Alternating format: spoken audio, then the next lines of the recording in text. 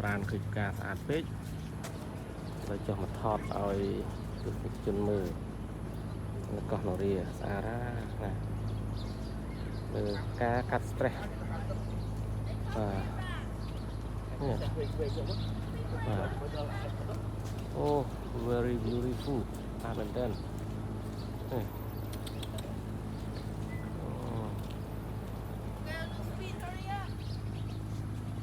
นะลูกจ้ะเราเคยอ่านยังทอดอยู่กันเลยโอ้นั่น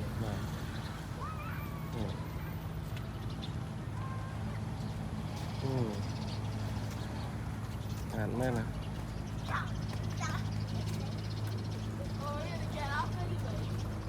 ว้าวmy god โอ้ very beautiful photo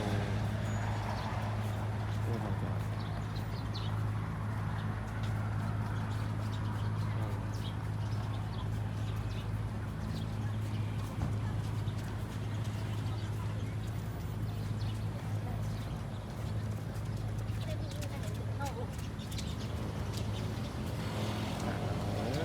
อันนั้นแป้นมาพอกับหอมจะอันจะเอา